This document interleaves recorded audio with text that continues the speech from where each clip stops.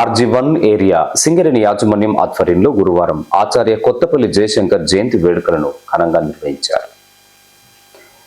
GM కార్యాలయంలోని సమావేశ మందిరంలో జరిగిన ఈ కార్యక్రమానికి జనరల్ మేనేజర్ లలిత్ కుమార్ ముఖ్య అతిథిగా హాజరై శంకర్ చిత్రపటానికి పూలమాలలు వేసి నివాళులర్పించారు. అనంతరం ఆయన మాట్లాడుతూ తెలంగాణ ఉద్యమానికే తన జీవితాన్ని అంకితం చేసిన ఆ జన్మ బ్రహ్మచారి జయశంకర్ అని అన్నారు. మల్కీ ఆందోళనలో 1969 ఉద్యమం 2009 ఉద్యమాల్లో క్రియాశీలకంగా పాల్గొన్నట్లు తెలియజేశారు. కాకతీయ విశ్వవిద్యాలయ మాజీ ఉపకులపతిగా పనిచేస్తూ విద్యా సంస్కరణలో కూడా ప్రధాన భూమికను పోషించారని చెప్పారు. తెలంగాణ రాష్ట్రాన్ని కళ్ళారా చూడాలని కలలు కన్న జయశంకర్ 2011 జూన్ 21న ప్రత్యేక రాష్ట్రం ఏర్పడక ముందే మరణించడం దురదృష్టకరమని పేర్కొన్నారు. వివిధ దశలలో కొనసాగిన తెలంగాణ సాధనలో ఆయన చేసిన కృషి చిరస్మరణీయమని కొనియాడారు.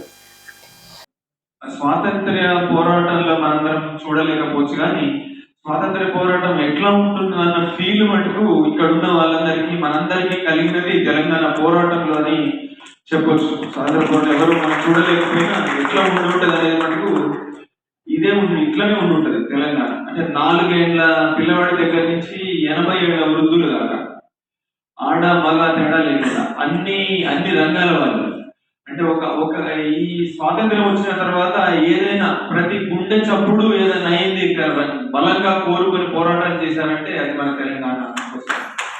మనందరం మన జీవితంలో అందులో భాగమైనందుకు మనందరం గర్వపడదాం. దానికి ఇప్పటిదాకా భక్తులందరూ చెప్పారు, మంచిగా చెప్పారు, అద్భుతంగా. దానికి పునాదులు వేసింది జయశంకర్ అని చెప్పుకోవడానికి మనందరం గర్వపడాలి. ఒక్కసారి ఆలోచించండి, ఒక జీవితాన్ని ఒక కారణం కోసము అర్పించడం, ఒకటే సిద్ధాంతాన్ని నమ్మి జీవితం మొత్తం అనడానికి వారి యొక్క జీవితం ఉదాహరణ.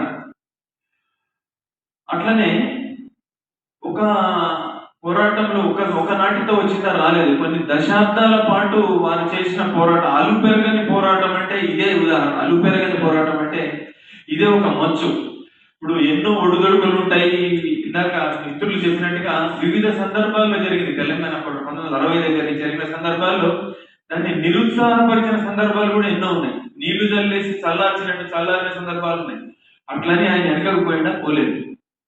పోకుండా ఆ పట్టు వదలని యొక్క దానిలాగా అదే సంకల్పాన్ని పట్టుకొని దశాబ్దాలు చేసి చివరికి అది ఒక రాజకీయ మార్గాన్ని ఎంచుకొని ఈనాడు తెలంగాణని మనం అనుభవిస్తున్న యొక్క ఫలాలు, తెలంగాణ ఫలాలు ఏంటి అని మనం ఒకసారి నిర్వహించుకుంటే, ఒక్కసారి 1,10,000 ఉన్న తలసరి ఆదాయం 4 లక్షల రూపాయలు అయింది.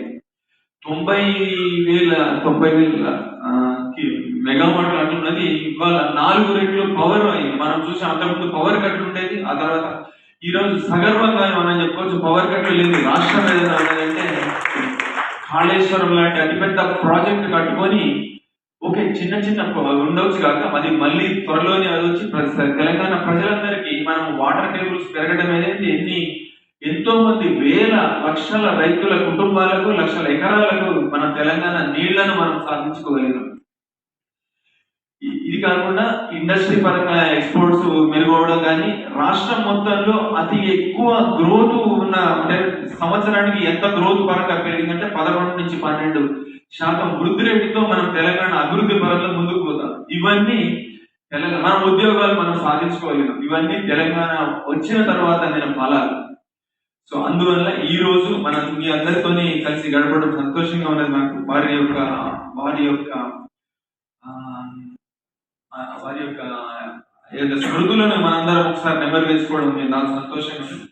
కార్యక్రమంలో SO2 GM Chandrasekhar, personal manager Reddimalla Tirupati, CMOA ప్రతినిధి Sravan Kumar, AITC GM office incharge Raju, DGM finance Dhanalakshmibai, senior PO Hanumantharao, అధికారులు వేణు, వీరారెడ్డి, GM ఆఫీస్ సిబ్బంది పాల్గొన్నారు.